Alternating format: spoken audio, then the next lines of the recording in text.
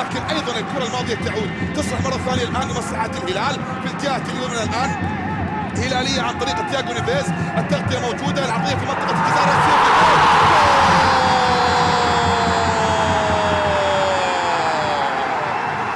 قناص ياسر الأرقام يسجل أول الأهداف، ياسر الأحلام هنا يضع الكرة الأولى في شباك الشيب، يضع الهدف الأول في مرمى الذئب. يتقدم الهلال الآن بهدف مقابل لا شيء عن طريق ياسر القحطاني وسط فرحة كبيرة حاضرة لجماهير الهلال هنا في مدرجات جاسم بن حمد، كلها زحفت من أجل مؤازرة الزعيم.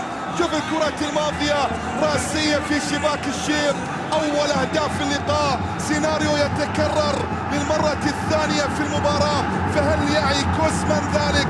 هل يعي مدافع السد ذلك؟ محاولة سداوية ملعوبة لكن إلى خارج أرضية الملعب، الكرة إلى ركنية أولى حاضرة هنا. شوف الكرة الماضية والعرضية المثالية والراسية الأكثر من مثالية هنا. إذا جت على رأس ياسر خلاص، لا جت على رأس ياسر خلاص الأمور تنتهي.